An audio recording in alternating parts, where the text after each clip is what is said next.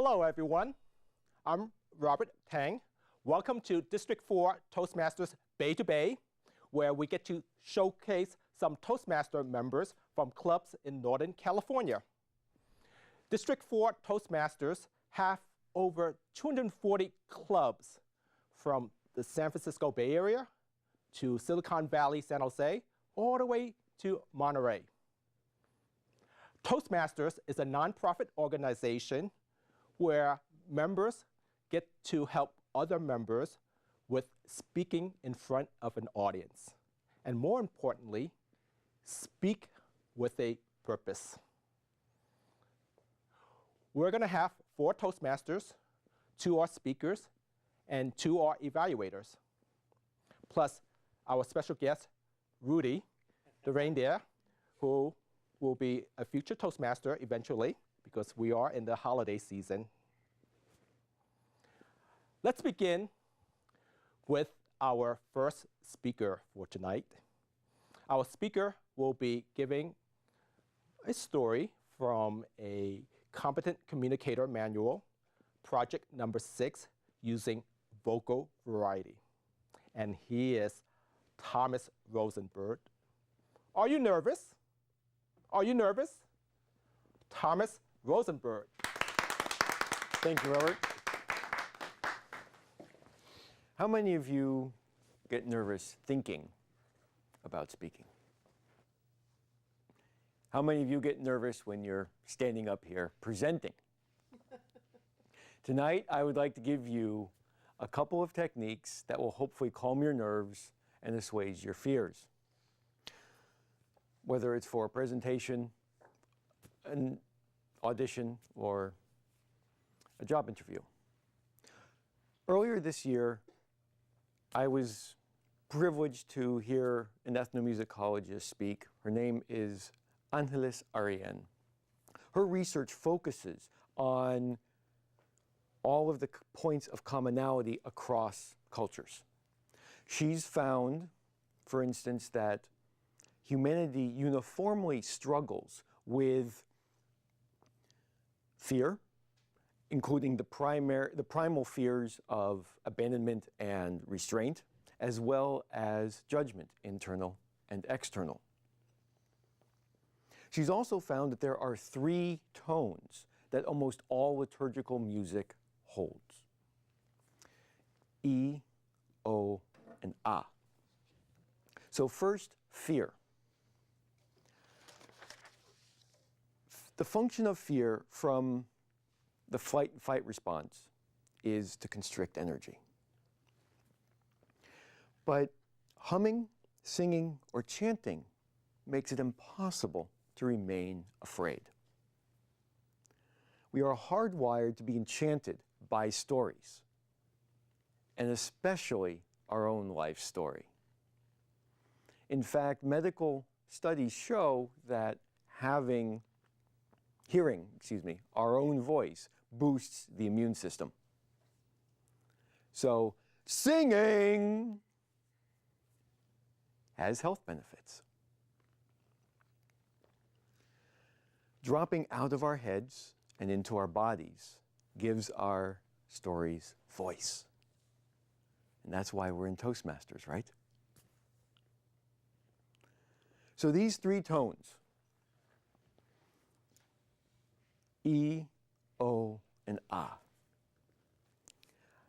come in many different forms within liturgical music. And I'd like to give 2 quick examples, one Eastern and one Western. Eastern will be Tibetan overtone chanting, which is something like this. E-O-A, E-O-A, E-O-A, which is very different from the Western version or equivalent, such as Gregorian chants. In Gregorian chants, the tones are used in triplet, denoting creation, salvation, the resurrection, and in the tone order of high, low, and medium. So E, E, E, oh, ah, ah, ah. And I hope those listening at home can hear the difference between those two. So the liturgical music uses these three tones because they're associated with life forces. E boosts dynamicism. What are you projecting out? O is boosting magnetism. What are you trying to draw in? What are you opening, receiving, and deepening into in your prayer or your inner peace? Ah is the integration of those two. And it's really to help manifest and embody that dynamicism and magnetism. So again, E, boosting dynamicism, O, boosting magnetism, and Ah, integrating those two. This is also probably why infants use these these three tones as a way of calming their own fears in their pre-verbal vocalizations. So now I would like everyone here to stand. You can do this at home. Stand with us and try singing with me. So, E-O-A, E-O-A, E-O-A. Thank you. You can sit down now. So thus far, I've demonstrated how singing or chanting, E, O, and A, can calm your nerves. And now, another way you can do that is by humming. We can give our bodies, ourselves, a sound healing by relaxing the jaw and pursing the lips. So find that frequency when you start humming that resonates within the bone in the jaw and gives a little tingle on the lips. Doing this for 5 or 6 minutes can do wonders for a stressful situation or for your fears. So try it with me, seated or standing.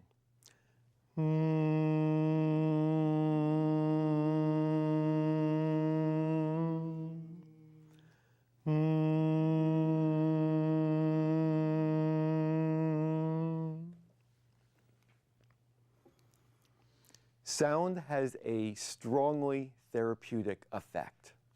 And these two techniques can, whether chanting, singing, or humming, can help you calm your nerves whenever you're feeling fearful. Thank you. Back to you, Mr. Toastmaster. Good job, Thomas.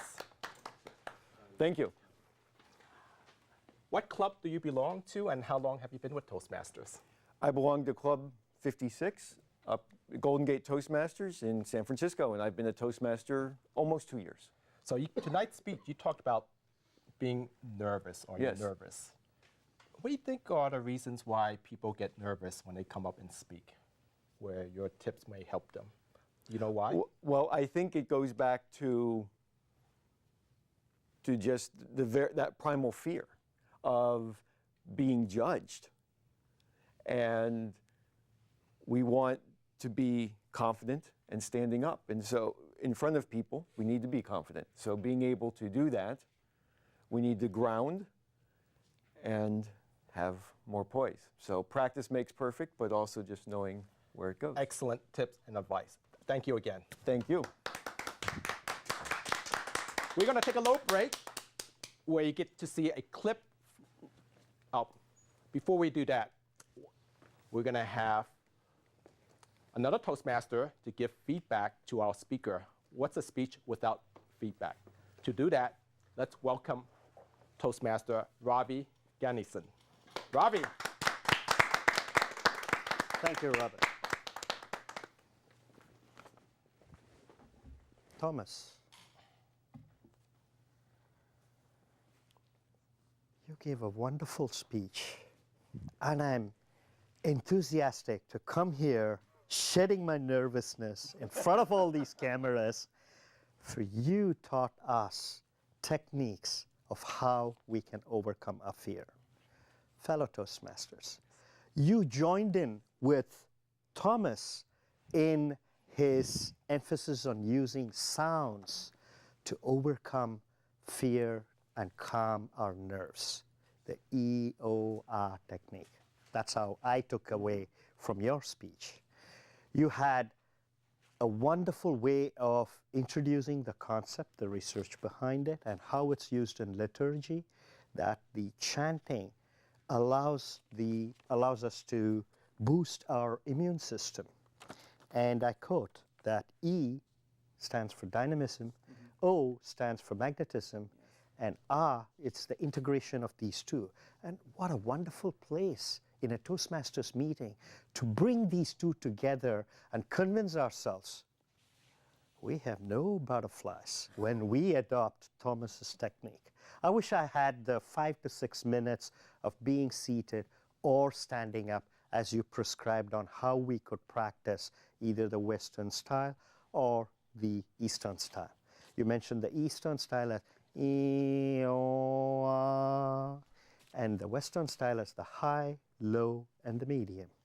I remember that very vividly because you used your voice to impress upon us what we need to do to stay calm, collected, and deliver our message in front of even an unfamiliar audience, all of you watching this program. Thomas, thank you very much for taking the time to come here and spend this few minutes explaining this wonderful technique. A tip for you. You mentioned that babies, or well, I think you used the word infants, in their pre-verbal communication use this technique.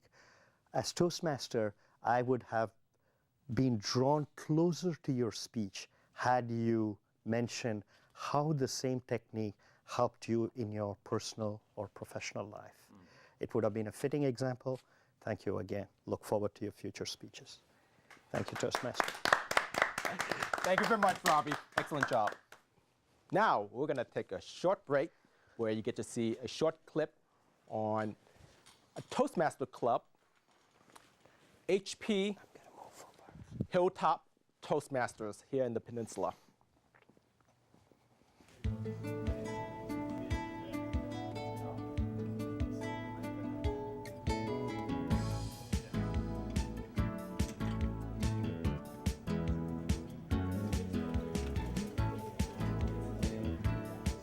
My name is Wendy Dawson, and I'm an employee of Hewlett-Packard, and I'm currently the VP of Public Relations. I joined in August of last year, and so far I've had a great experience with Toastmasters. It's given me a lot of practice in preparing my speeches, but at the same time, since I'm in a leadership role, on how to lead meetings and prepare events such as we had today. Well, basically we held an open house. So what that means is, since we are an open club, we allow both HP employees as well as any other company in Palo Alto to come to our club. We had a guest speaker, Kevin Ferguson. He's a PowerPoint consultant, and he gave us a workshop on how to best put together a PowerPoint for different situations, and it was very informative. And we actually also held our normal meeting, so we also included a table topic session toward the end to show everyone how they could practice their impromptu speaking as well. So again, I think it gave everyone here a good chance to see a guest speaker, but then also how a typical format of a Toastmasters meeting would be held. When I joined HP, I had a lot more opportunity to give speeches and to present my thoughts to executive management. And to me, Toastmasters gave me more experience in doing that. Sometimes you lose your audience unless you have a very effective way of reeling them in on certain key points, and Toastmasters kind of helped me understand that. And I was told by my manager that I needed to improve my public speaking skills, or my speaking skills in general. So he recommended Toastmasters to me, first went online and found where there was one close by. I went to 2 or 3, but settled on the club here just because it felt comfortable. It went well with it. The nuances that go into a speech, into speaking in general, body language, the metaphors and rhetoric that you use when you speak is something I've never thought about. But when you do the Competent Communicator Manual, when you go through your first 10 speeches, each one of those is one of the topics for each speech. So you spend time looking into it and concentrating on it. It's fun. It really has turned out to be fun, really. Tax evasion and tax avoidance. Does anybody know? Getting caught. Prison. 20 years. See you tomorrow.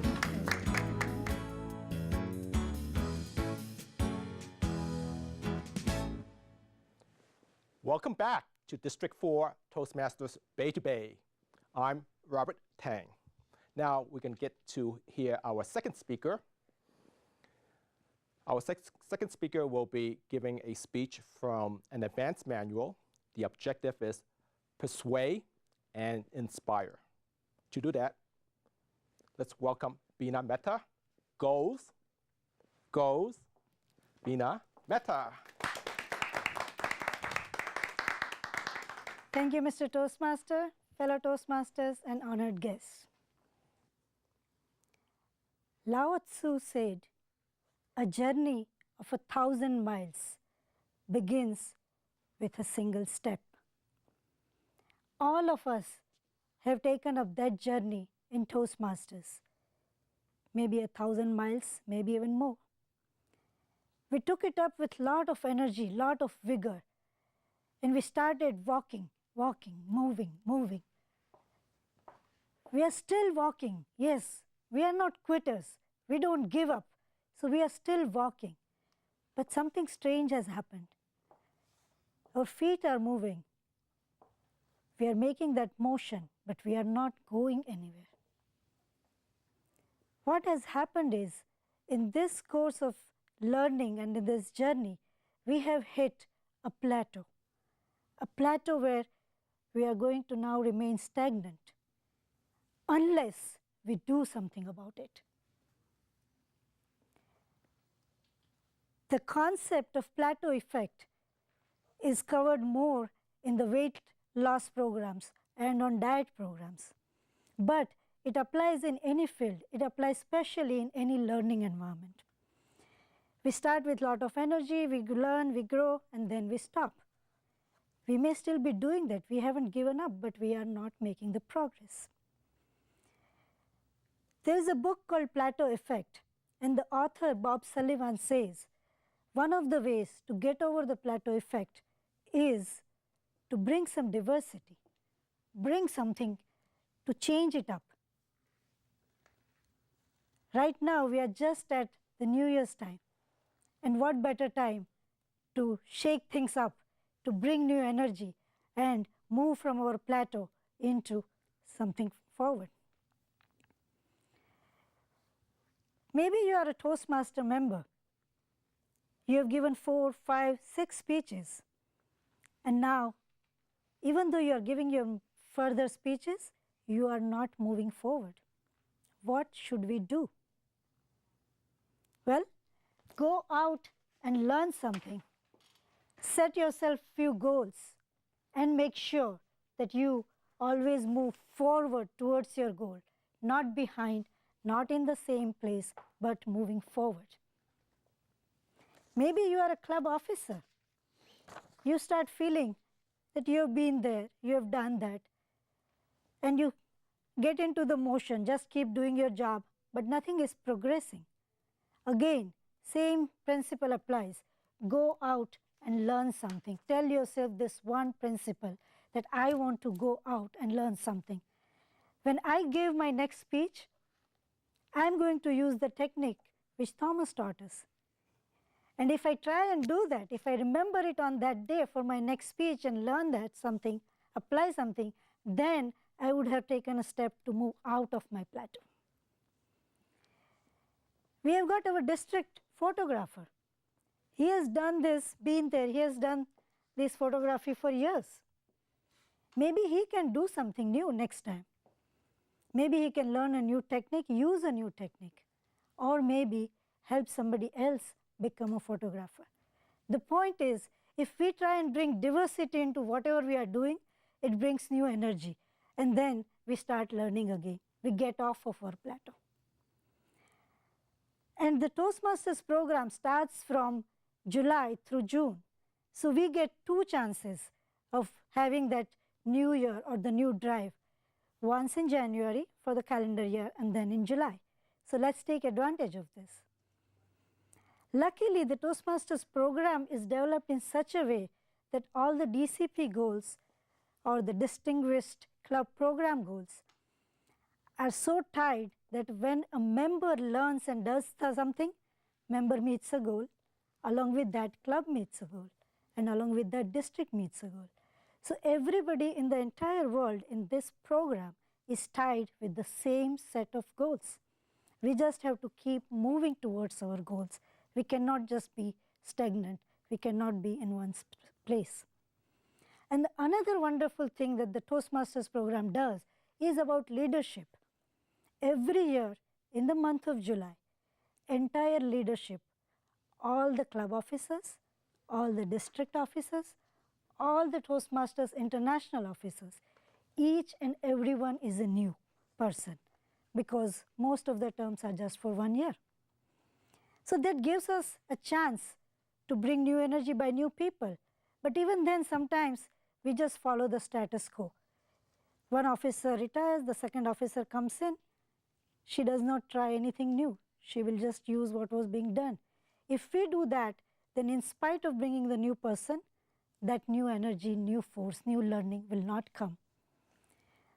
So today my goal here is to urge each one of us. I am also a member, and unless I go put in my efforts to learn something and do something new, I am not going to grow. Same is true for our 240 plus clubs. Same is true for each one of you who is sitting here or watching this on the TV. We all have to make sure that we go out and learn something.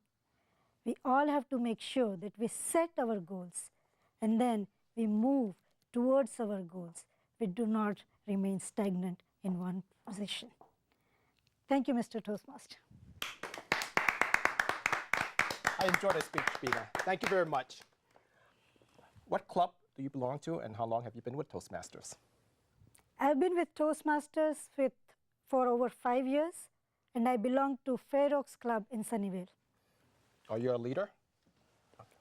Okay. We are all a leader, not Everyone's just a me. leader. Yes. Again, thank you very much. Thank you. Bina. To give feedback to Bina's goals speech will be Toastmaster veteran, Tony the Toastmaster DeLeon. Tony, welcome, my friend. Thank you, Mr. Toastmaster, fellow Toastmasters, but most of all, Bina.